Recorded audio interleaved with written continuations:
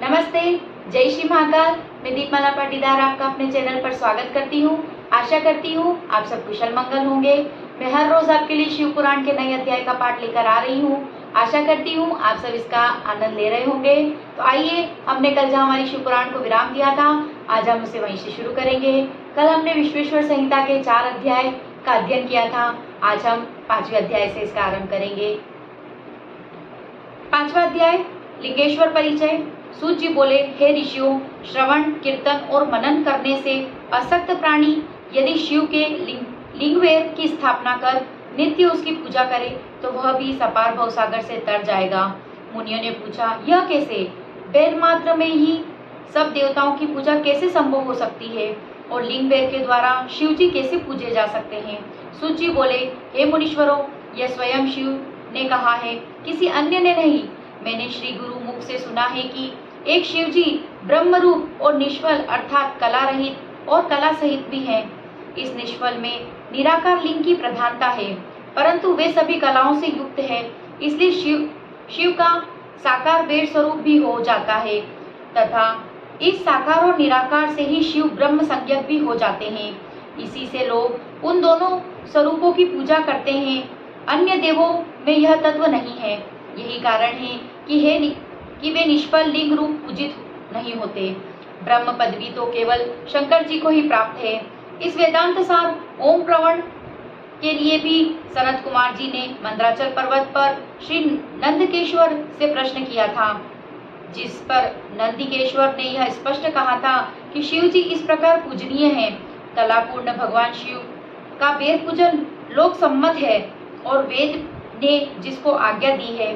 सनत कुमार जी ने लिंगवेर की उत्पत्ति पूछी तो नंदीकेश्वर ने कहा कि पूर्व काल में जब ब्रह्मा और विष्णु में युद्ध हुआ तो उनके बीच में निष्फल शिव जी ने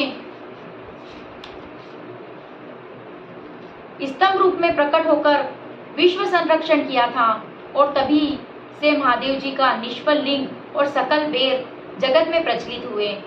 बेर मात्र को देवताओं ने भी ग्रहण किया। इससे शिव जी के अतिरिक्त बेर लिंग ने देवताओं की पूजा होने लगी और वही उसका फलदाता हुआ। परंतु शिव जी के लिंग और बेर दोनों ही पूजनीय हैं। 6वां अध्याय, ब्रह्मा विष्णु युद्ध।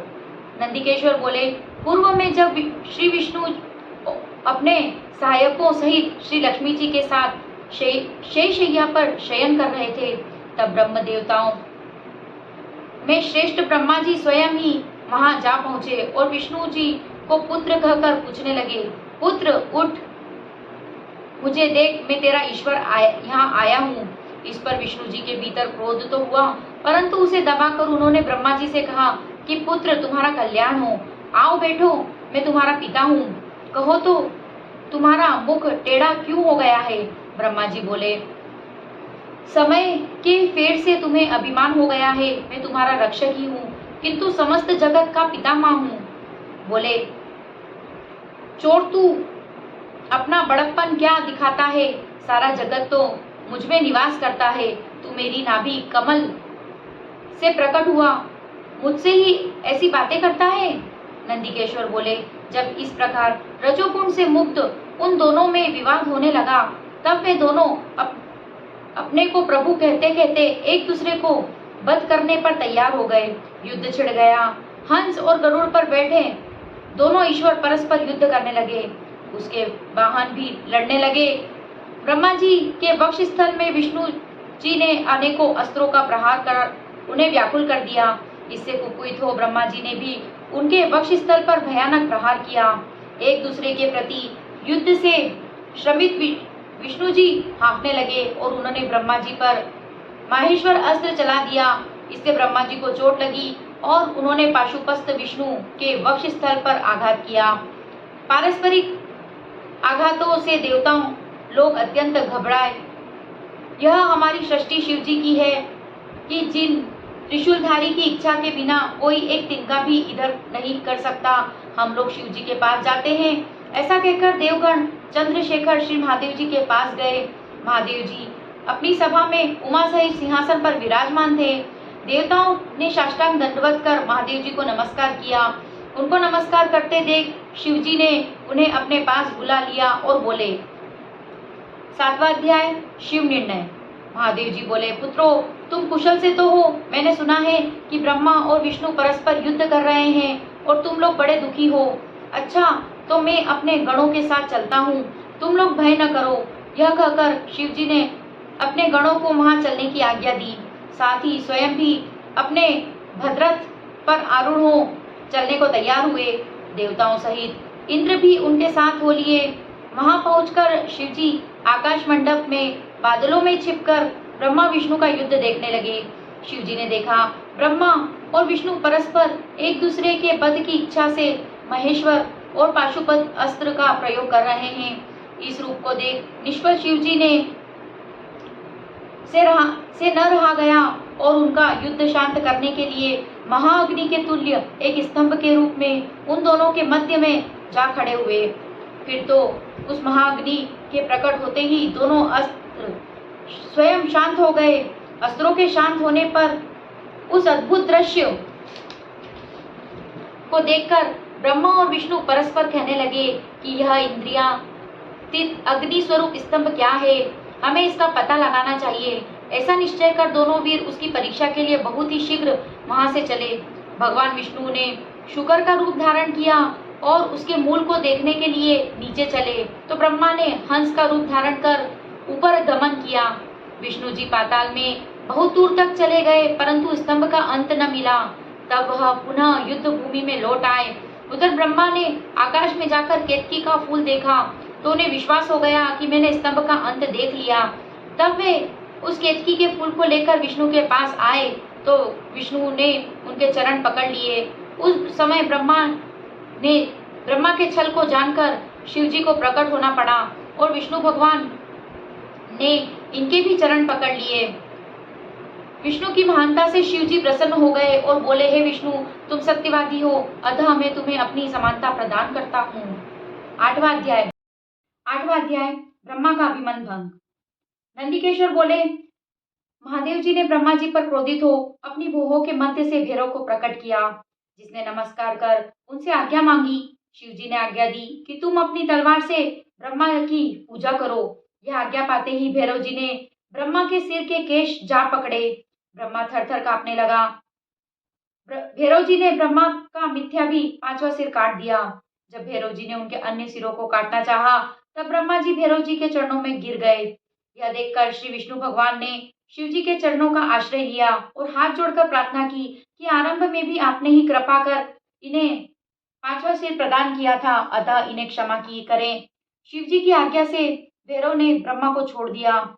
तब वे फिर बोले, तुमने अपनी प्रतिष्ठा और ईश्वरत्व पाने के लिए छल किया था, इसलिए तुम सत्कार और स्थान और उत्सव से विहीन किए जाते हो। ब्रह्मा जी बोले, हे स्वामिन, भरत मुझे मेरा 5वां सिर दे दो। भगवान बोले, हे पुत्र, मैं जगत की स्थिति को न बिगड़ने दूंगा। जो अपराधी है उन्हें तुम दंड करो और लोक मर्यादा का पालन करो। मैं तुम्हें वरदान देता हूँ कि आज से तुम गणों के आचार्य हुए, अतः तुम्हारे बिना कोई भी यज्ञ पूर्ण न होगा। ऐसा कहकर भगवान शिव केतकी के पुष्प से बोले, अरे मिथ्याभाषी दुष्ट केतकी, तू तुरंत यहाँ से भाग जा, तू मेरी पूजा के योग्य नहीं है। जब शिव गणों ने उसे दूर भगा दिया, तब केतकी शिव जी की प्रार्थना करने लगा, हे नाथ, मुझे कुछ तो सफल कीजिए तथा मेरे पापों को दूर कीजिए। शिव जी ने कहा, मेरा वचन मिथ्या नहीं होता, तू मेरे भक्तों के योग्य है और इस प्रकार तेरा भी जन्म सफल हो जाएगा और मेरी मंडल रचना का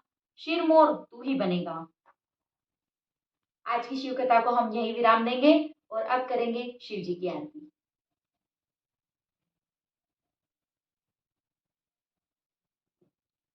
ओम जय शिव ओंकारा, प्रभु हर शिव ओंकारा, ब्रह्मा विष्णु सदा शिव, ब्रह्मा विष्णु सदा शिव, अर्धांगी धारा।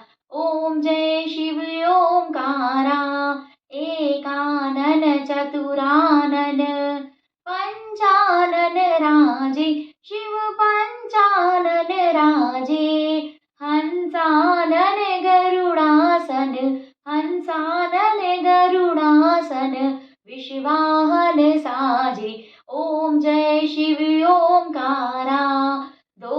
भुज चार चतुर्भुज, दश भुज से सोहे शिव दश भुज से सोहे। तीनों रूप निरखता शिव जी का रूप निरखता, त्रिभुवन मन मोहे।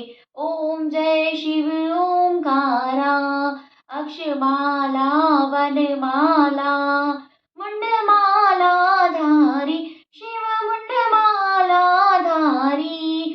चंदन मृग मृग चंदा, चंदन मृग मृग चंदा, भोले शुभकारी। ओम जय शिव ओंकारा, श्वेतांबर पीतांबर, बाघंबरी अंगे शिव बाघंबरी अंगे। ब्रह्मादिक सनकादिक, सनकादिक ब्रह्मादिक, प्रेतादिक संगे।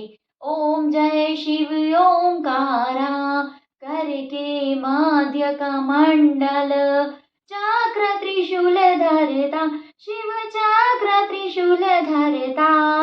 जग करता जग हरता, दुख हरता सुख करता, जग पालन करता।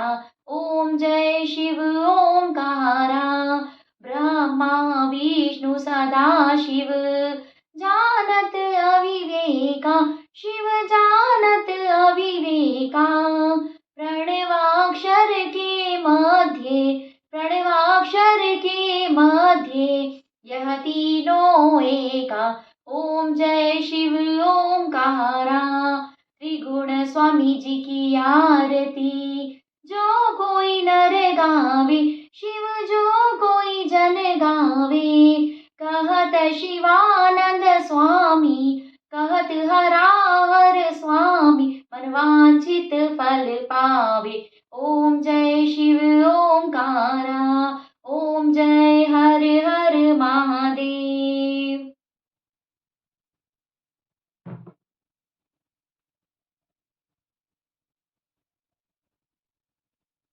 अगर आपको मेरा वीडियो पसंद आया हो तो इसे लाइक करें, ज़्यादा से ज़्यादा शेयर करें। अगर आप मेरे चैनल पे नए हो तो सब्सक्राइब ज़रूर करें। Thank you. जय श्री महाकाल।